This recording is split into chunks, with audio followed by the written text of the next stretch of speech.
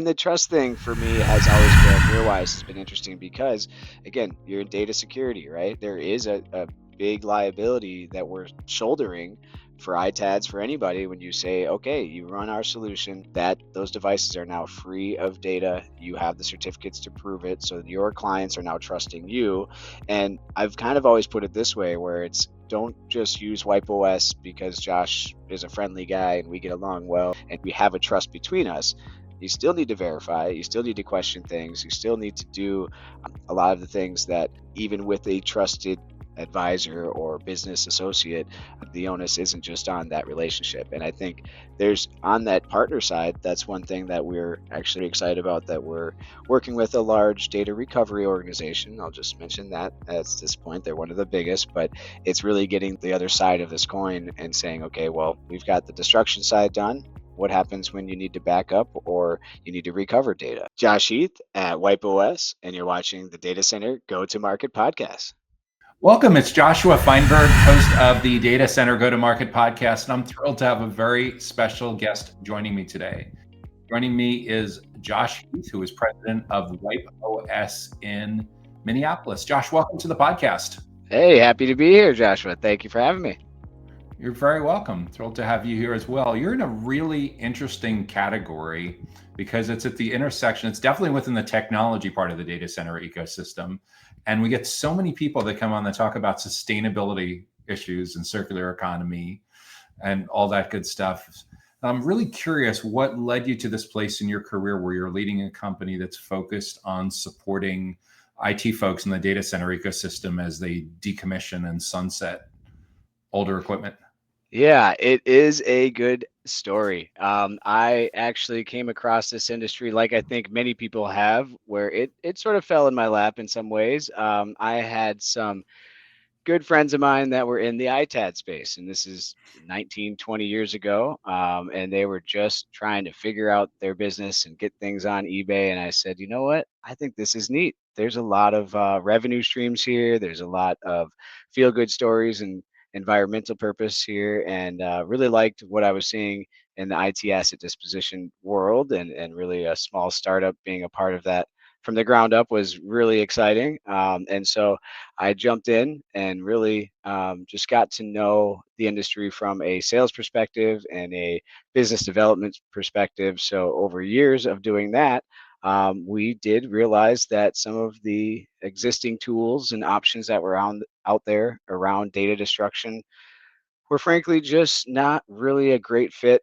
at least for us and where we were at the time. And I know if that was the case for us, there were others like it. And we said, okay, I bet if we can make something that works for us, there's others in the world that will appreciate it. And that was about 6, 7 years ago when WipeOS was born.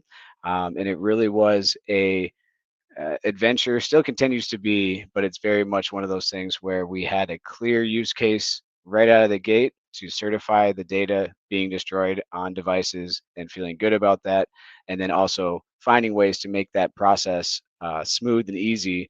And over time, we've now added a number of features and different ways and workflows to do things. And that's what keeps me kind of coming back to the well, so to speak, and being excited still about what we're doing because there's always new partners and integrations and creative ways to sort of make anybody in IT make their life a little bit easier with the things we're setting out to do. So yeah, the long and short of it is I really do feel like I kind of fell into it. And sometimes, you wake up one day and realize, okay, I am not as young as I once was, have a young family and things. And this has definitely become a very important thing to me and the team here. I've got some of the best engineers in this space, and I'd say hands down in the world. Just awesome, awesome guys, good group, and it's really fun.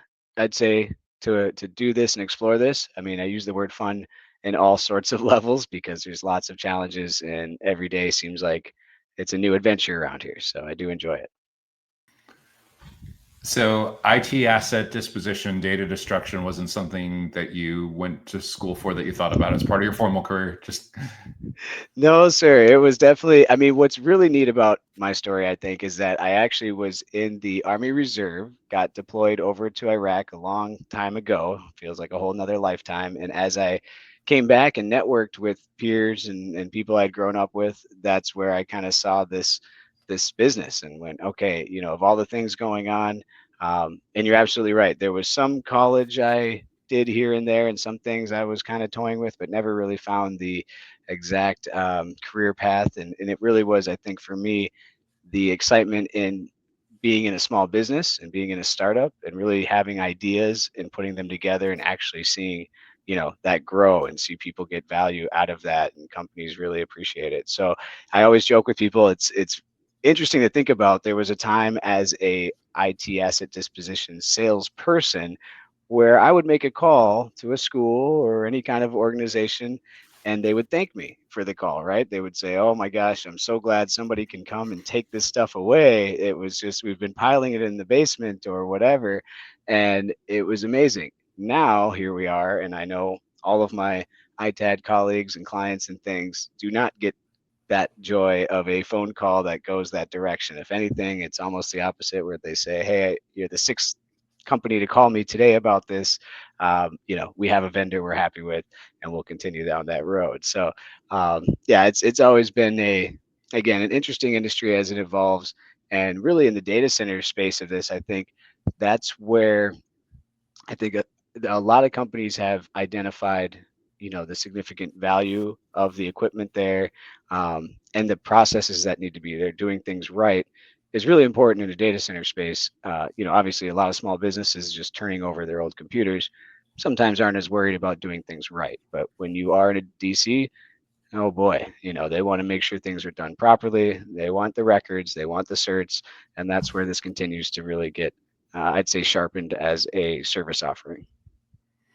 I think back to the earlier stages of my career as well, back in the 1990s when I was doing marketing, sales, support for SMBs and higher education and enterprise IT. At the time, PC hardware was so expensive that it didn't usually leave the company until it went through 2 or 3 levels of hand-me-downs. So it wasn't quite as critical to get it as securely Yeah. wiped as it is today. Oh yeah, lots of the Windows reinstallation or just reinstalling Windows and calling that Yeah. wiped. And yeah, and you're right. And it's part of me believes, I guess, that as things change with scarcity of even commodities and different tariff things in the global market, there is this more a gradual shift back to trying to extend the life of these devices. I think even from the OEM's perspectives, they're making them a little more durable, last a little bit longer, and these things aren't made to be disposable. They should be used until they're obsolete or really done with their use. But it's got its own challenges, obviously, on the value side, like you said, because even now, I think we're in a phase right now where there's going to be a lot of machines that need to get upgraded. There'll be a big turnover as Windows does what it does best and forces a lot of companies to make those decisions. And being in this industry a long time, it can be really good, but it also, again, I think it's going to come with some unique challenges this go around because of the global situation, I guess, in global markets. But we'll see. It's always interesting to see how this goes. This is probably the longest cycle that I've seen with kind of a semi-forced refresh in most of my career. We're running desktops and notebooks that are 5+ years old. I don't remember it getting to that point, but there's so little that's running on the desktop anymore. Almost everything is SaaS. Yes. And it's, and I think about that a lot too, because it used to be, right, 3 to 5 years was kind of the standard. I mean, I've talked to a lot of even larger organizations, like you're saying, same thing, 7, 8 years is not unheard of. And they're not really suffering yet, but they know there's changes coming. And it's all patched, and you max out the RAM inexpensively. At some point, if you didn't have SSDs that came with it, you got much faster boot time very, very inexpensively. And yeah, if it wasn't for end of life, it's possible there'd be no motivation for people to make a move for, who knows, another 2 or 3. That's on the desktop side, completely separate from what's going on in the data centers.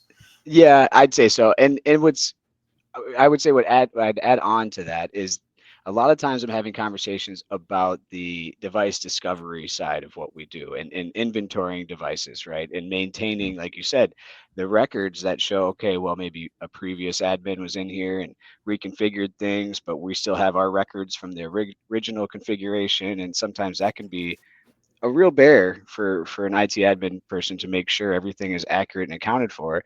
And I think a lot of times, sadly, that'll fall all the way down to the ITAD at the end of life, and there's discrepancies sometimes. And I've seen that a lot where the company is saying, "Hey, this is what we bought. You guys are showing it." And sometimes it's a plus because there's chuck full of RAM or it's been upgraded along the way.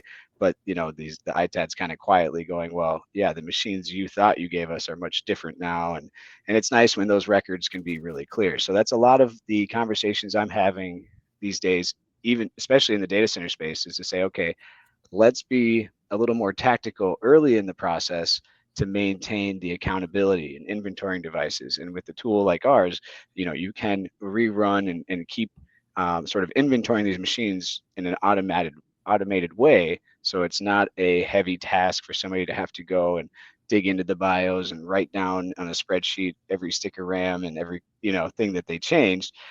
We can really automate some of that stuff and make sure that there's good, clean records. And anytime things are changing hands or being, um, you know, reused or going downstream, again, there's a lot more details in the reporting than there has been sometimes. Yeah, and that's a really interesting ages-old challenge with IT professionals when they're under-resourced. Do they stop Yeah. and keep the inventory up to date, or do they worry about patches that could have cybersecurity implications? And there's always if you don't document, you have more job security, right? So it's a thing Yeah. it's even going more in the Yeah. data center industry more than ever as so much moves to automation. Well, and that's what's interesting for us because we talk with ITADs, but also, enterprise, MSPs, kind of all different types of companies. In my mind, anybody in IT can benefit from what we're doing, but they are different use cases in different stories. So sometimes I think a lot of IT professionals kind of hear the automation and the features and the things that we provide, and they feel like that's taking away from some of their roles and their tasks, and their obligations, where it really isn't that. It really is more of a, hey, let's make this easy and uniform and make you look good, Mr. IT admin, and not something to replace you because somebody still has to plug things in, turn things on. That's one of the really, I guess, positive things about where I've landed with this whole adventure is, as far as we see it for now, this because we have the hardware details coming from devices themselves that must be connected, where there's concerns about AI taking over all kinds of things and over automating things. I think we're pretty safe in that regard as far as needing to have a lot of our developers with the skills they have being able to make decisions, do things in a way that AI can't, as well as keeping that physical requirement of, the devices themselves are coming into our ecosystem, however they're booted or however they are. And that's the input, right? And those are the things that we're managing. So it is kind of, where everybody, I think, in business these days is kind of has some concerns about AI or different thoughts around it. At least for us as a software company and as a service provider, it really just adds to our ability to sort of manage things day to day, but the core of what we're doing still requires people. Notice you mentioned ITADs, IT asset disposition companies, and managed service providers, MSPs. Are those the two core audiences that mostly use WipeOS? Do you have end users as well, or is it mostly those two use cases in a service provider role? Yeah, it is from a business perspective, certainly. The volume is there in ITAD. We know that. That's where we came from. We've really focused on that. And those relationships are great. I mean, again, being that I myself had been in ITAD for a long time, I feel like there's a nice, genuine understanding. I like to say I've been in the trenches with them. I know the battle. I know how it feels to have somebody, a truckload of stuff come in and it's got to get done yesterday. And all you can do is your best. And that's, it's good to be prepared, but sometimes there's a lot of pressure on that. But for the sort of end users, we do have some things we're cooking up to try to do more of that. For example, a very simple USB deployment that's kind of a single use USB wipe it yourself solution that was kind of developed around COVID and all of that and remote workers, and then it just sort of kind of fizzled out. Frankly, for me personally, it's always been one of those things where if you're going to use our solution, you might as well be set up to do a lot of devices, but there obviously are very good use cases. And I've actually learned about some organizations that do takeouts from data centers that do use USB deployment methods because it's just the simple the access. It's easier to access a USB port on the front of some servers than get around to the cabling and the Ethernet ports on the back. And I've been sort of blown away by that. I never thought anybody would do it, but there's been a few conversations from some larger organizations that say, yep, we run in there with bags, 3 or 4 technicians with just bags of USBs and they're popping them into each machine. And I never would have thought anybody would do it that way. But now that I've learned more about that, we are working on that a bit more. And again, we do have solutions for the end users. It isn't a big, right now, a big vertical or segment of our client base, but it is one of those things that as people get a little more educated, I think, about their own data and knowing that they can take some measures to manage that, there is a little bit more of an ask to say, okay, well, this is great for our company, but what can I do at home for myself? Can you guys help us with, just my family's 10 PCs? Because everybody's got a few at home, right? I know I have way too many. Yeah. So, Josh, you mentioned your career path, which it seemed like your thinking was a little less traditional, which ironically, I've had so many people on this podcast with a military background. I don't consider it non-traditional at all right now. It is a probably interesting persona trait or demographic of people that end up in some kind of operations role in the data center industry with some ties to military background. But I'm super curious when you talk with teens that are in high school and they're contemplating careers, and we know there's definitely more calling into question the value of traditional higher education. What would you tell to someone that's thinking about some of these less technical career, entry-level career options in areas in and around data centers, especially if you find out that they're not really interested in engineering or development and they heard that your career has been doing a lot of sales, a lot of consulting? Yeah, it's a great question because I think when I have run into this, and we've done some programs where we actually got our solution into schools and sort of IT educational courses and things, and it was just one more tool, one more thing for them to kind of add to the curriculum, and it's really interesting, right, to have part of the conversation in technology focused on what you're doing with the data and what are you doing with the things end of life. That was never anything in my early CompTIA courses that we ever talked about. That was VGA cord and USB, right? And pretty sophisticated stuff, but good to know. But yeah, to answer your question, I mean, I think what's really, again, continues to be unique in any role, but definitely in technology right now, is the human interaction, and it's more and more valuable. I'm learning a lot about recently, just the fact that, hey, you set up systems and processes, and a software works a certain way, and there's some technology behind it all, but you still really need to understand what the problems are that you're solving, what that value add really is. And it's not something that you just put on a website and or a PDF and just it sits there and it rests. It's an ongoing conversation with your users, with your community, and really understanding, again, what is it that you're getting out of this? What problems are we solving, and what can you do? So to those young aspiring IT folks or anybody kind of thinking about their career path in and around technology, I think it's really powerful if you can understand the tech, talk tech a little bit. You don't need to be an expert, but also understand relationships and people. I mean, it's just not going away. And I've seen it, I mean, especially again in my lane around ITAD and now in the SaaS side with our software. It's those relationships that have really that make the difference. An entire company can have 2 or 3 key relationships with the right sort of clients, and it really makes all the difference. So again, anybody that's kind of new to this or thinking about where they're going to go in their career path, really try to keep the door at least open a little to include, the human interaction. Again, my developers are the best there is, and they're great people. But I've constantly challenge them with being on calls with our clients, connecting and understanding that the relationship matters and they don't get to just hide behind a keyboard.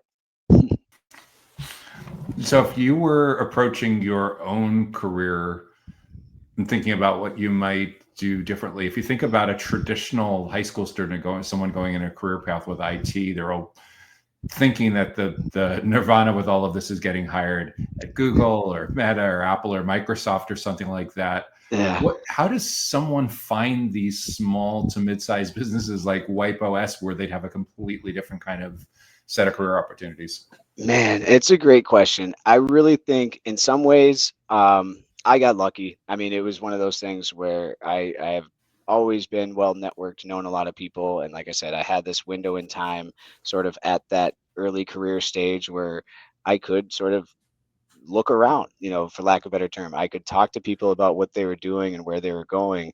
And when I came across, these guys and really for me, it was knowing that I could fill a lot of what was missing in this personal side, in the relationship side, in the sales side. I mean, it was just one of those things where it was obvious to me I could add value that way. So really, it is always changing. I would say trying to find opportunities like this, I would say it takes a bit of that networking, the good old kind of meetups and finding associations in and around tech, because I know there's a lot of us out there. I mean, again, we're not a huge organization. We've kind of grown and contracted and grown again, and it's not easy. Small business is definitely a very different world. And when I talk to or work with people that are on the corporate side of things, with all due respect, it's just a very different way of doing things. I mean, I can't necessarily imagine what it'd be like when I have a, light bulb idea that just because of my title and my role doesn't go anywhere. It's one of the things that I appreciate about small business is that I can say, hey guys, let's all talk about this. Let's look at this. Let's think about what we can do differently. And it isn't met with, a bunch of challenges or limitations that say that's just not something we're going to look at, right?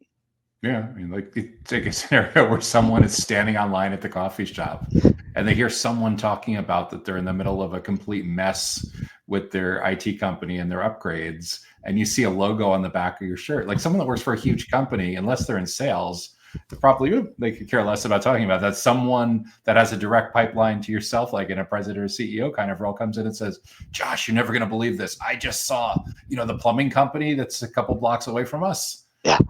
They're doing a big IT upgrade and it's all screwed up. I love it. And it's one of those things that and I'm notorious for this, because even with my peers, it's like, okay, Josh has got some other idea, but the majority of those over time have been proven, or we've gotten somewhere along the way to say that was a good idea, or let's pursue that again and come back to that. And I just, I know some bigger companies too do embrace some of that culture, but typically you don't see that, right? It's like you said, it's definitely stay in your lane, keep your head down, or just focus on what you're supposed to be doing. Where again, what I appreciate about sort of this continuous startup world, because it's been a long time. We've been doing WipeOS for 7 years. The previous ITAD's at like 20 years now.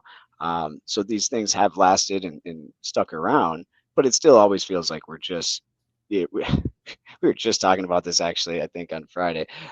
We're back to kind of square one in a lot of ways, because you try different things, you fail forward, which is always good, and then you come back and go, hey, yeah, what were the things that worked? Okay, let's keep this simple. Do what's needed and really add value that way.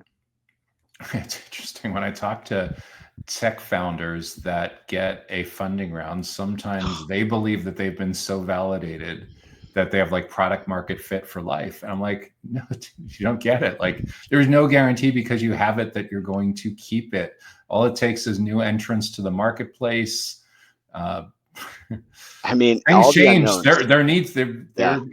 their personas change. They're acquired. There's more regulation in their field, like tariffs. Like, Yeah, no, and I've seen it even with, and I have a small group of competitors kind of in our niche, right? And it's amazing to me, ITAD is notorious for, if somebody works in ITAD, they can basically, at any time, the barriers to entry are very low. And if they want to go start their own, they can. And we've seen this story a number of times. There's some that it works out great. I think the majority, just like in all small business or like the restaurant business, for example, these things seem so simple, but there's a good likelihood of failure. And it's not that it's anybody's particular fault. I think a lot of this is timing and, all kinds of other factors. But yeah, it does seem to be one of those things that small business continues to be a challenge in its own ways. I do envy some of the things that big companies have in the sense of security, or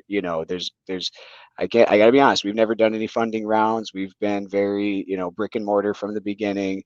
And there's definitely been months where the lights seem to get a little dimmer, and things just aren't hand over fist making a ton of money. But that's part of the game, and that's part of the to me it is part of the challenge. But when you come back to sort of the career conversation, that's also where it's like, okay, well, at any time and any day, again, I'm not the owner of the company. It's not all my decision. And if the thing doesn't hit certain numbers, it can be something that, finds its way to not being around anymore. We're not in that situation by any means, but there's a reality of, there aren't secure funds or, backups upon backups like larger companies have, where they're really not worried.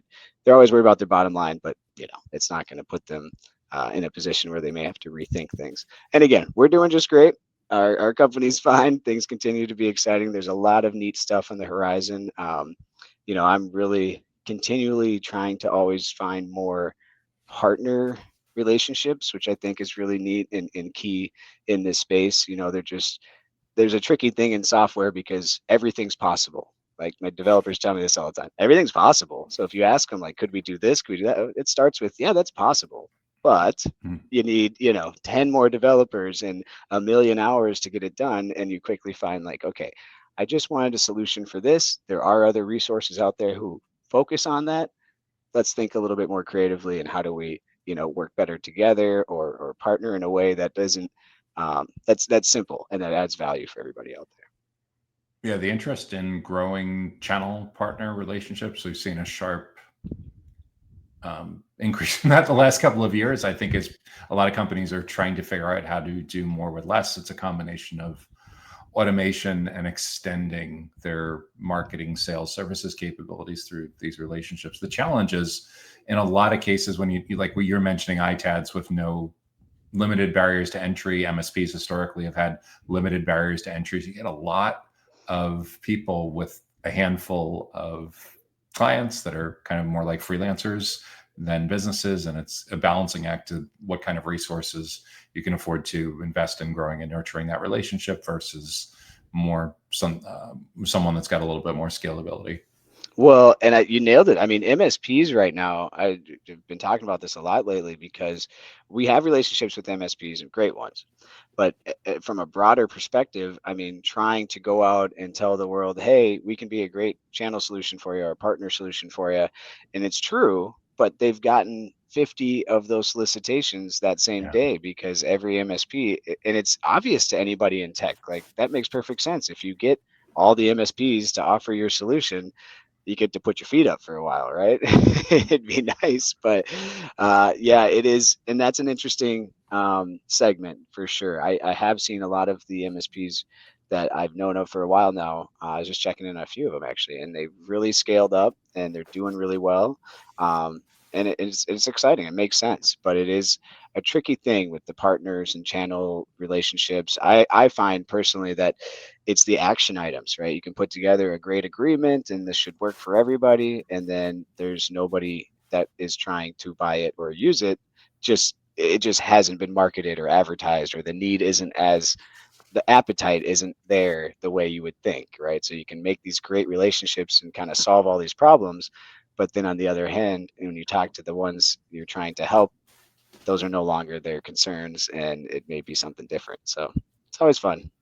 Yeah, when I talk to people that have this very Disney-esque, like, romantic feeling about how awesome it would be to have 50, 75% of their revenue coming from channel partners, I think a lot of times they're really overlooking how difficult it is to get that initial relationship going and maintaining it. It's a lot like SaaS, where Absolutely.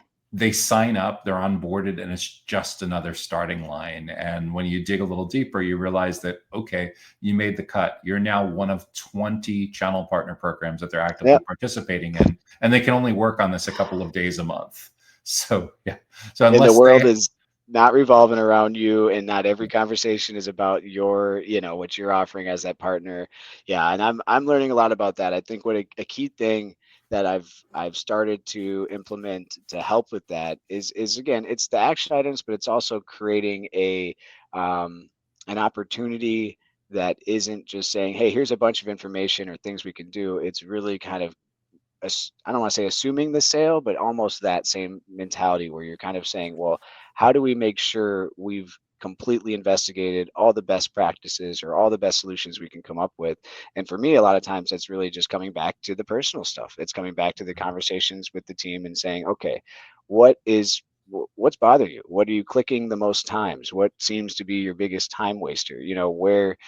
Where is there something that maybe, and I love those ahas. I mean, when we have a lot of our calls like this, it does take usually, that digging and that prodding to finally go, oh, you guys are all very annoyed by this one thing, and we have solutions for it or can create them, but we haven't got there yet. So it goes back to the relationship, because I think to get there, you got to have that trust. You got to have some, you know, some more than just on the outside, just saying, hey, this is simple and easy. We'll just do it all for you. Don't worry. We're the easy button. It's like, well, what are you making easy exactly? You mentioned a really key part of it as well as the trust, the trusted business advisor, the trusted technology advisor. And that's one of the most valuable concepts, one of the most valuable strengths that they can bring to a company like yours, because it's essentially transitive trust. They trust you because you've taken the time to build the relationship, show them the expertise, show them reliability, and the clients trust them. So in theory, it all links up together. But the Data Center Go-to-Market podcast is sponsored by DCSMI, elevating the role of sales, marketing, and go-to-market GTM professionals in the growth of the data center industry. To stay informed about upcoming episodes, make sure that you subscribe to the Data Center Sales and Marketing newsletter on the DCSMI website that can be found at www.dcsmi.com. Again, that URL is www.dcsmi.com.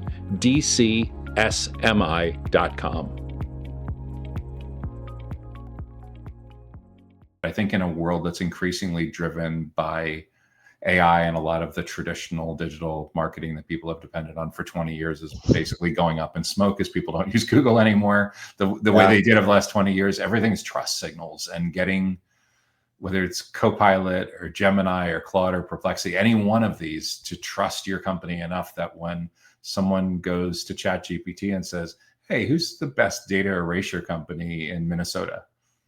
Ooh, I'm going to do that. Yeah. I'm going to do exactly that and see how do we make sure WipeOS shows up?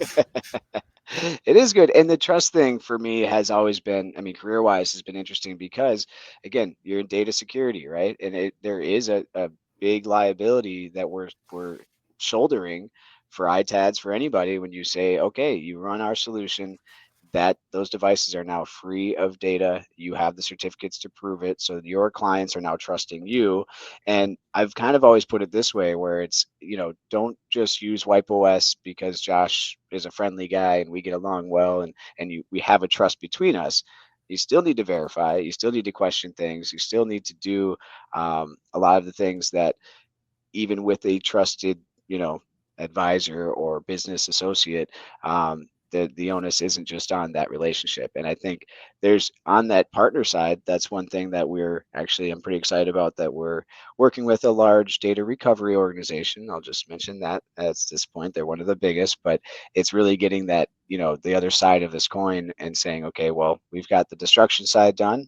What happens when you need to back up or you need to recover data, and having those conversations, and having those partners. I guess my point is too, that they can work as a third party to make sure I'm doing what I'm promising and we're delivering what we're supposed to do. So it starts to become, even as partners, some nice checks and balances in those relationships.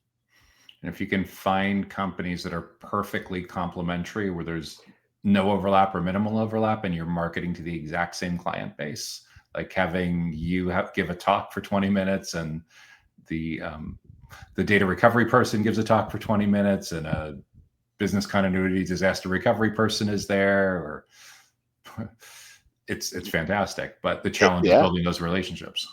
It is, and the relationships plus the deliverable, right? And I think that's where for me, again, more of a personal thing.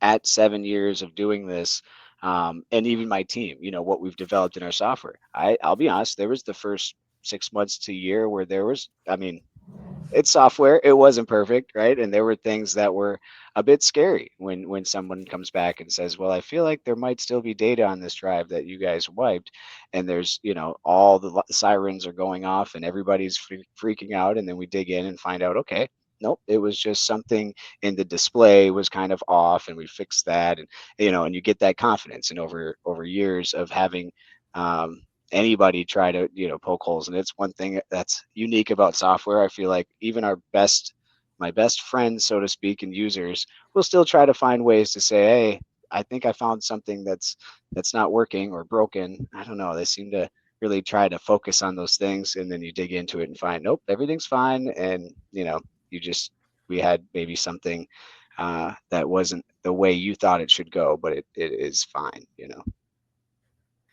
So, Josh, we talked about advice to people that are just starting out their career. What about someone that's more mid-career? Maybe you work with them 10, 15 years ago before you moved over to WipeOS. You haven't seen them in a while. You bump into them at a conference or the airport or something, and you sense they're a little bit burned out and trying to figure out what to do next.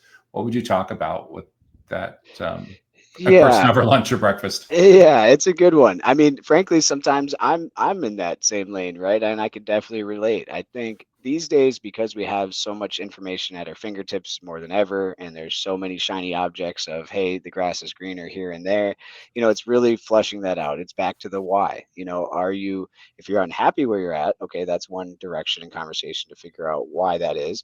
But if it's more about, well, I really would like to have this sort of conversation or be involved in these sort of discussions, I think that's the thing to follow. It goes back to, it's a little cliche, but it goes back to sort of the passion and some of that. I mean, again, I think I've been lucky career wise because I've had the passion for the small business piece of it, just as a whole, just knowing that I can come in with an idea or take an idea from a client and use that to develop something that's valuable for others. That to me is really great. But if you're someone that really wants good structure or guidance, sometimes a small business isn't always the best at that. You need to sort of create your own rails sometimes and manage yourself a lot. And I know a lot of people I know thrive on knowing that they're meeting the mark, towing the line, following, the way it's supposed to go. And that's great.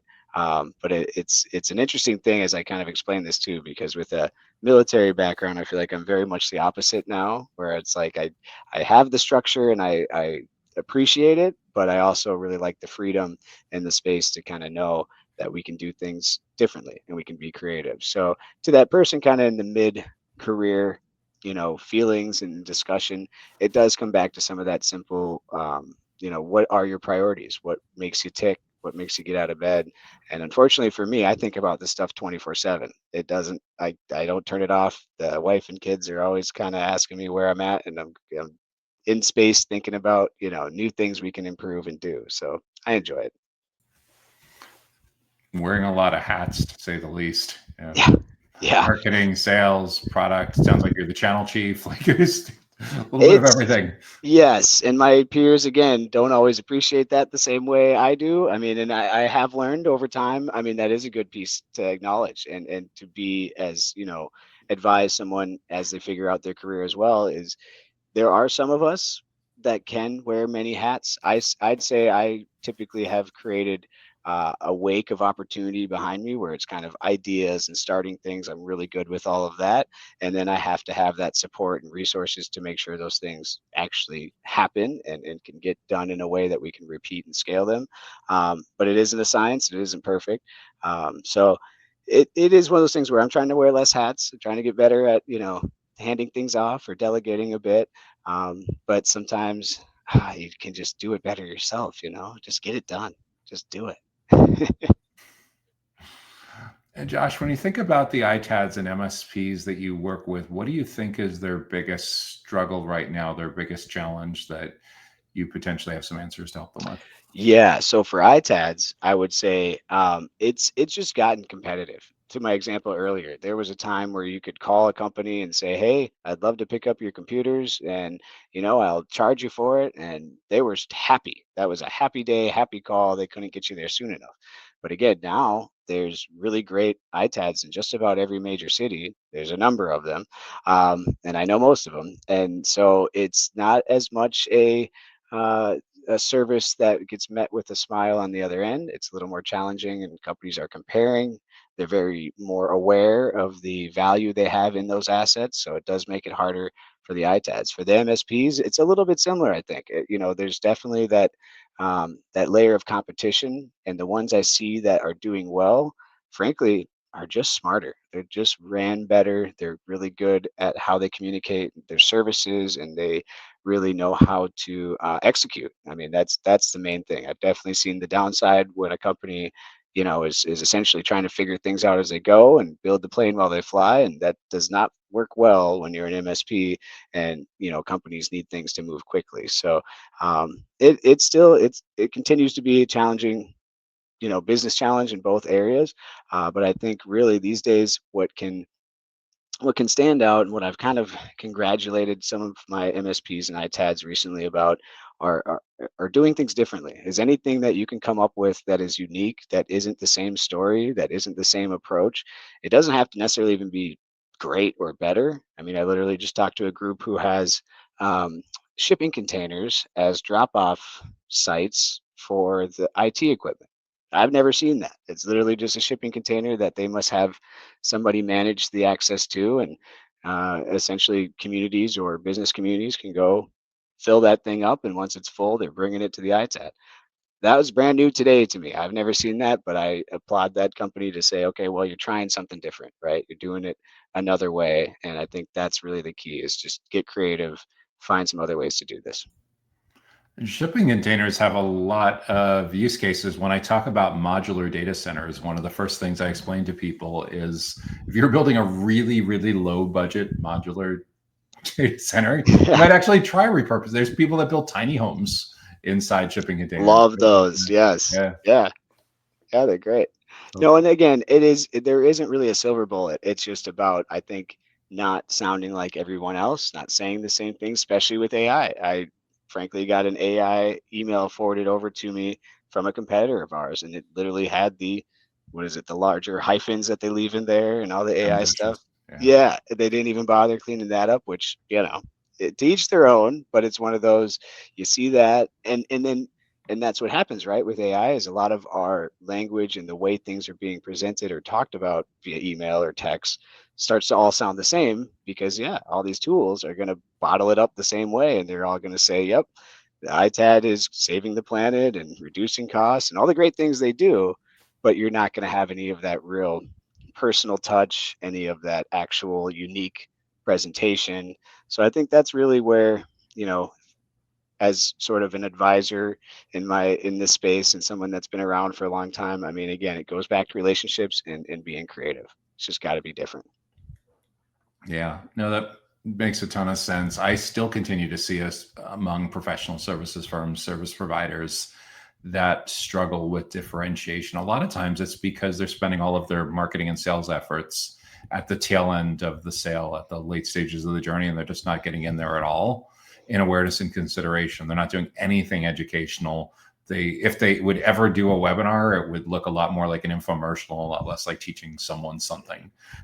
They think in terms of data sheets as opposed to like publishing an ebook or a planning guide or something like that. And they feel that like that stuff's only for really big companies. Like, no. This is the way right. you punch way above your weight class, and the way you save your differentiation is because they're spending a lot more time with you.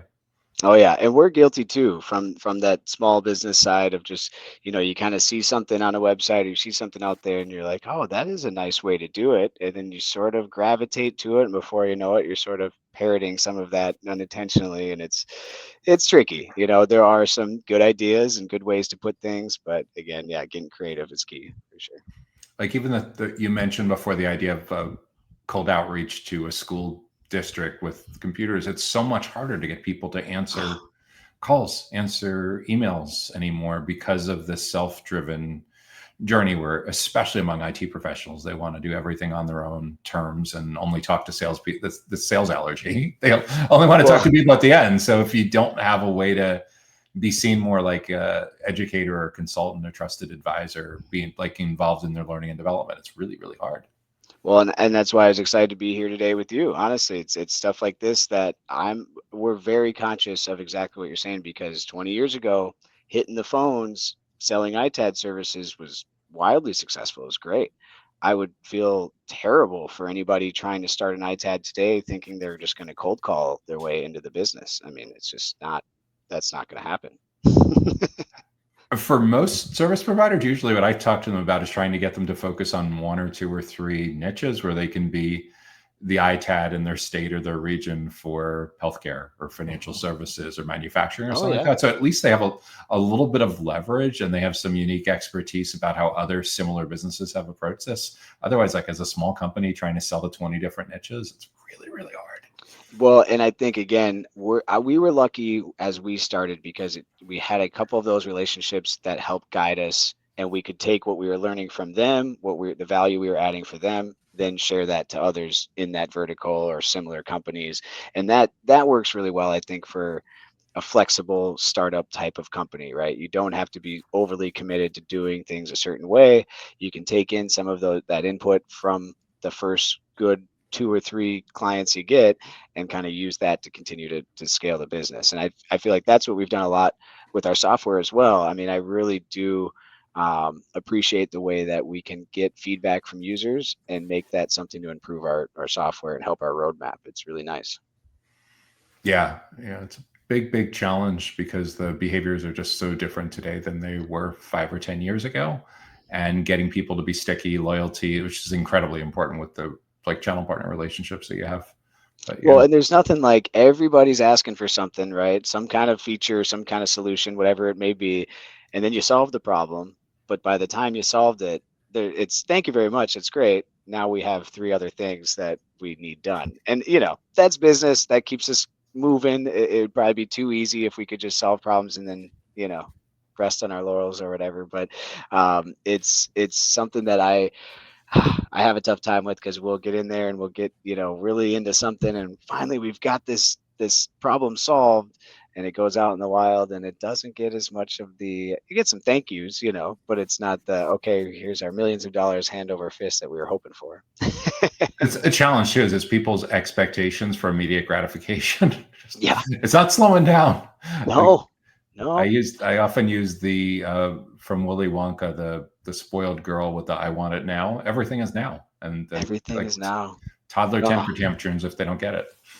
I have a 7 and 4-year-old, so I'm like living in it, and then I see the adults acting almost the same way, and I'm like, boy, it really is. It's the screens, they get you. It's too easy to get that gratification so quick. But it is, again, I think going back to the small business aspect of it all, I really do like to get that input. It's one of those things that keep me going, and it's it's fun. I use that word fun because it's a challenge, and you got to think about it, and it's not easy, but once you can get on the other side of it, there's a lot of gratification in that, and even just knowing that you've achieved or gotten something done. I used to build fences when I was summer gig way back in the day, and I always use that as kind of a good example. You have your materials, you have the project in front of you, and by the end of the day, there's a fence built, and you can see what you did. In software, sometimes it's not as tangible, and you can't necessarily touch it, but same type of thing, right? You set out to do something, you work with some people, you get it done, and things continue. I don't know if you ever connected the dots on this, but fences are physical security. I Hey! had someone on the podcast about 6 months ago, national company, who specializes in physical perimeter security, and his vertical is data centers. Love it. Love it. Yes. That's amazing. I love it. So outside the facility, you're working more with technologists, but he's working more with the facilities managers. But yeah, it's well, and that's all actually part one of the thing ecosystem. I've definitely thought about a lot too, is a solution like ours ought to be in a facility when it starts. Usually we're getting brought in at the end when they're trying to get rid of stuff. Well, why don't we have a data erasure or something in place in the beginning. So there's some conversations I'm having around that to kind of have that infrastructure as part of the data center itself. So there is a sort of self-destruct built in. But a lot of times the challenge is they're asking for this way later, and to get a solution like ours brought into a secure environment comes with a lot more hurdles, just for the people involved and everybody that wants to check boxes and make sure things are safe and good. And that's all fine. But if we had this in the infrastructure to begin with, it's just there. It's already, part of the environment. So I'm hoping to do more with that. That's kind of a newer thing that we were just at a data center world conference, and that came up with some bigger data center folks that we're all kind of going, yeah, that makes sense. So we'll see where we can go with that.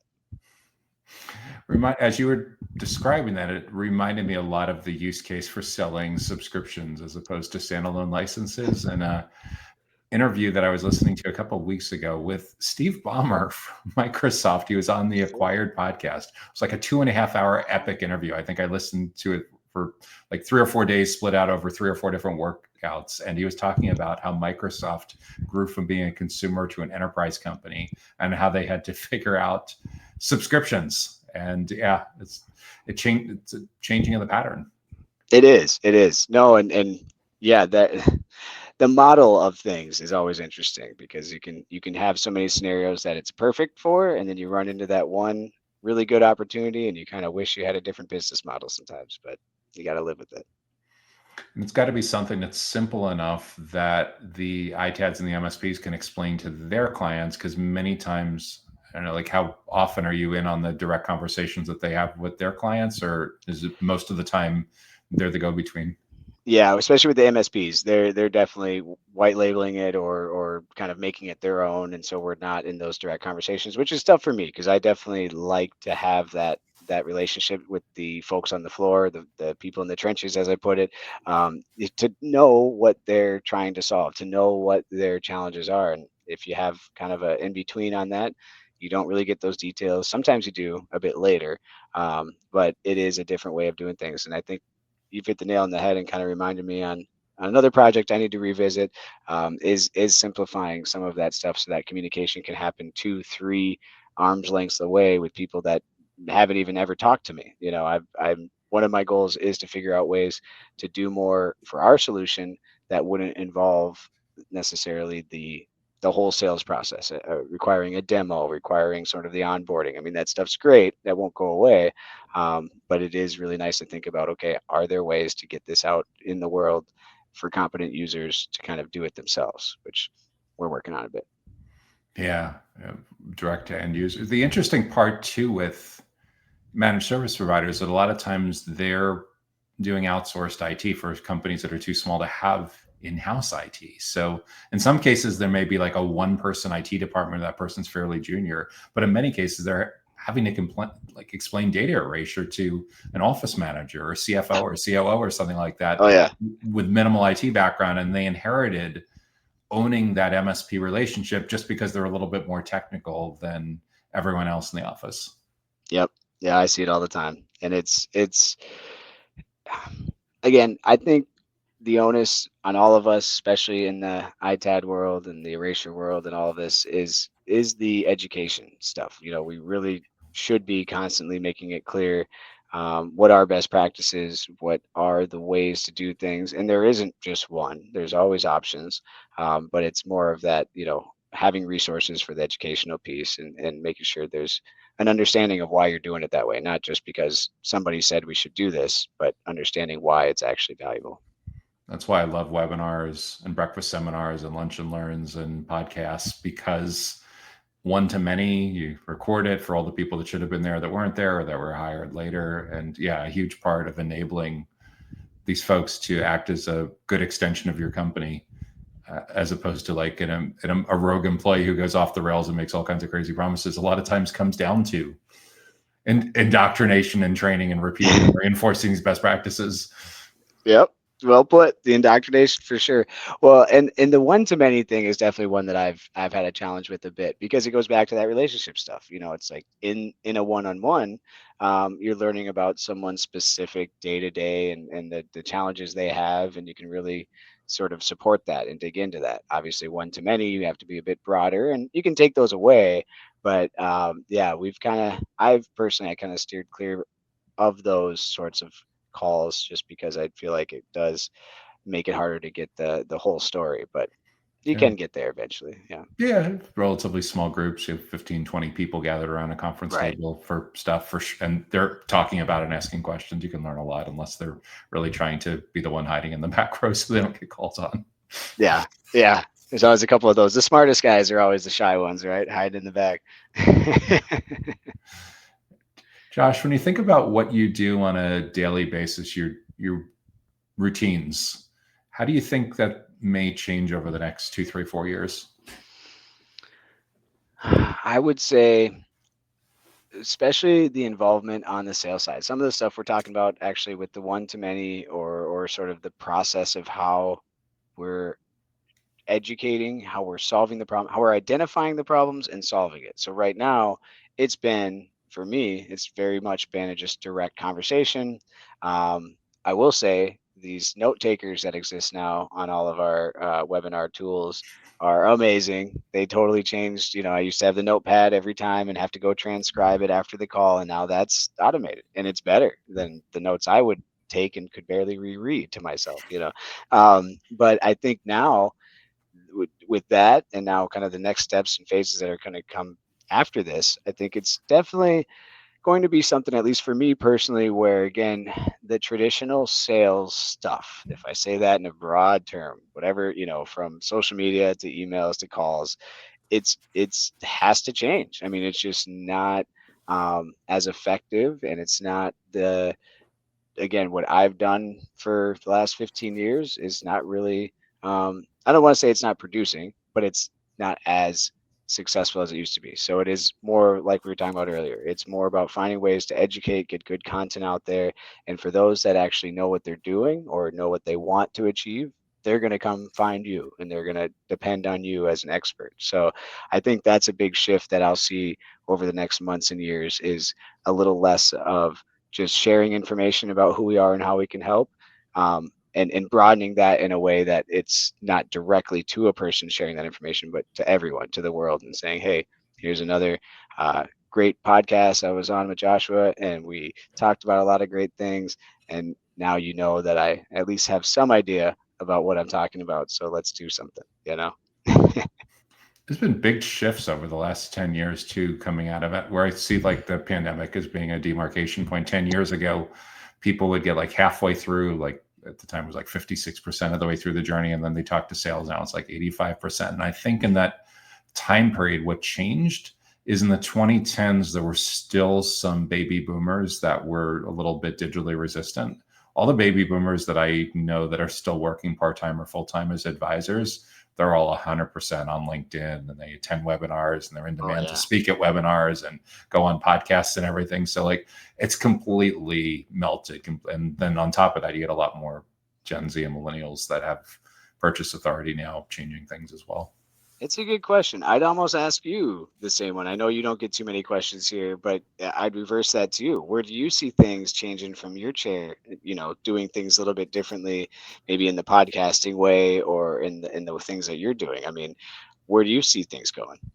I see what we're doing right now is one of the best insurance policies for protecting against career irrelevance in the coming years. I think there's already at the low end of the data center operator market, the companies that are selling colocation that's kind of at a similar price point to high-end hosting are already starting to question the wisdom of having inside sales, so much to the point that they're taking a lot of those entry level, like $200, $300 a month kind of offerings and just putting it on the website as e-commerce, self-service, sign up, self-service onboarding.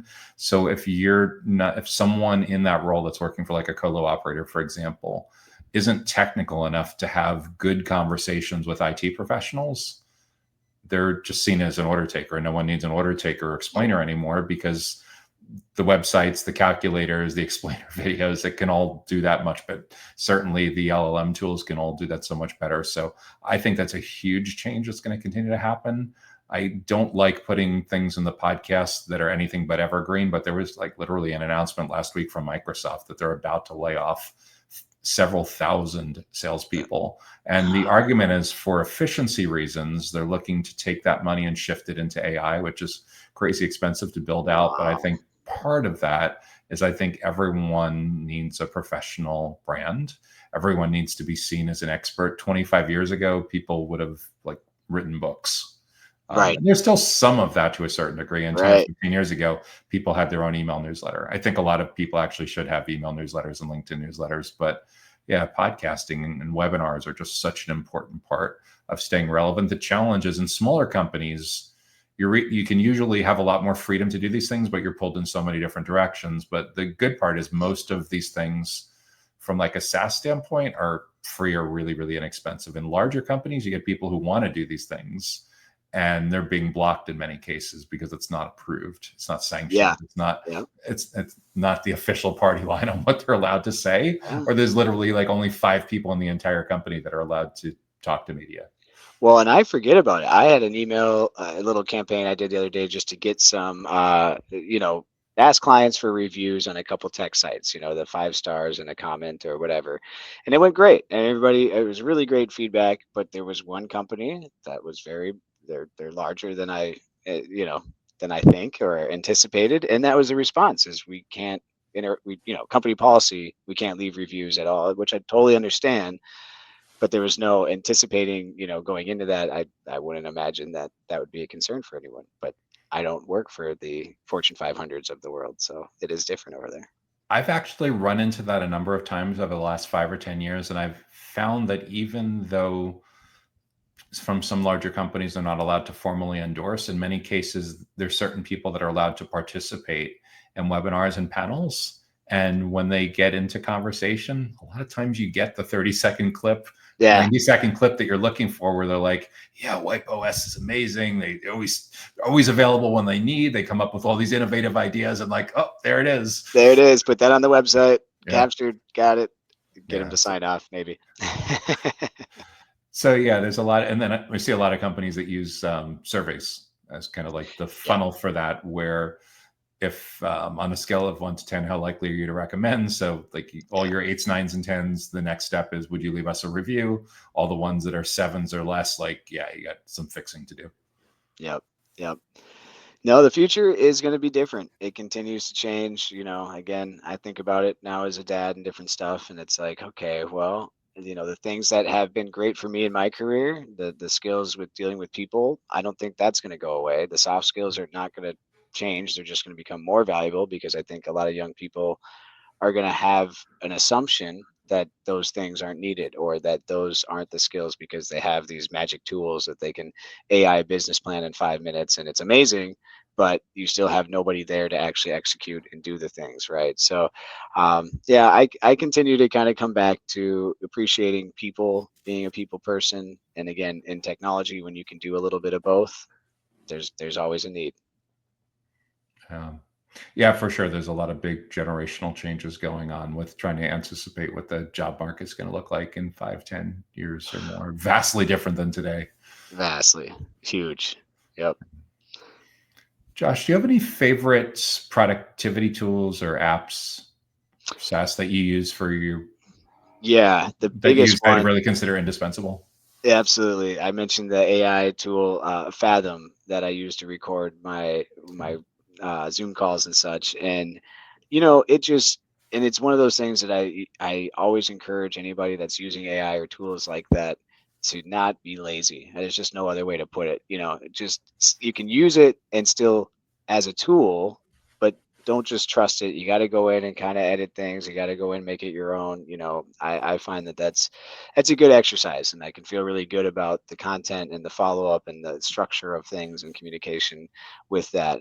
Beyond that, I mean, they're really, some of the common AI tools are helpful, but I'd say that one's kind of been my, biggest game changer. Again, giving me my time back, organizing thoughts better, and a lot of that. Beyond that, I'd say there's not really this has been a year for us. We've kind of switched CRMs and different things, and so I've kind of bounced around to a bunch of systems. And again, now I feel like I'm coming back to kind of square one in a good way of some things. So it's actually a regression a little bit. It's trying to keep things really simple and not have 20 tools that are all, kind of integrated together or bouncing around things, and getting back to some basic stuff of just keeping it simple. So it's a little probably not exactly what you were looking for in a response there, but I think the truth of it is sometimes, especially again working in technology, it's almost nice to just try to use it, and keep it simple. Not try to use every tool out there and try to make everything automated and flashy. It's a balancing act. Josh, it's been super fascinating. I've loved the conversation that we've had about figuring out your personas and your messaging and go to market and the different kind of interactions that you have with IT asset disposition companies compared to managed service providers. If someone wants to learn a little bit more about your work, what you're working on, or reach out to you, is LinkedIn the best place to learn? Yeah, I'm LinkedIn every day. Josh at wipeos.com is my email. I'm always available there, and I make it real easy. I always like to, again, have conversations. I give out my cell phone. I won't do it here.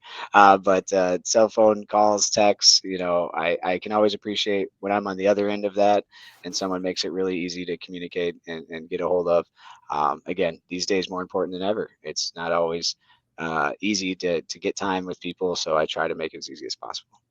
People do research during odd times, even if like most of your client base is within a couple of time zones. Find sometimes people are up in the middle of the night or 2 o'clock on a Sunday afternoon on a holiday weekend. Like, It's wild. I mean, I have a tool that shows me, when emails are opened or I get notifications about that. And that one recently has been, and I think it might be the summer months and different things, but like, boy, there's stuff that was sent out months ago, and I'm just kind of every now and then you see it pop up at, like you said, a Saturday at 5 or a weird time in the evening, and it's just like, okay, I guess everybody works all the time. the thing is too, with like managed service providers, integrators, VARs, they're out at clients most of the week. So a lot of times the only time they have to catch up on email and do research and testing in a category like yours, it probably is nice on weekends. That's a good point, actually. That's a really good point. That kind of solves that for me. I kind of thought about it a little bit. I didn't put too much attention to it, but that makes sense for sure. I had a training program for IT consulting firms and managed service providers that was active from like 2002 to like 2014. And we found the best time of the week for US based channel companies to attend a webinar was 8 p.m. Eastern time. It was like after dinner for people on the East Coast and Central time. And it was just at the tail end of the day for California. If we tried to do like the most popular time that people approach now, like noon, everyone was like, no, missing billable hours, can't do it. Oh man. Well, what about your European clients though? That was the only issue. Yeah. But we did have people that would brave the midnight oil. The problem is though, is when you make it by definition convenient for them, it's inconvenient for another group. And like 8 p.m.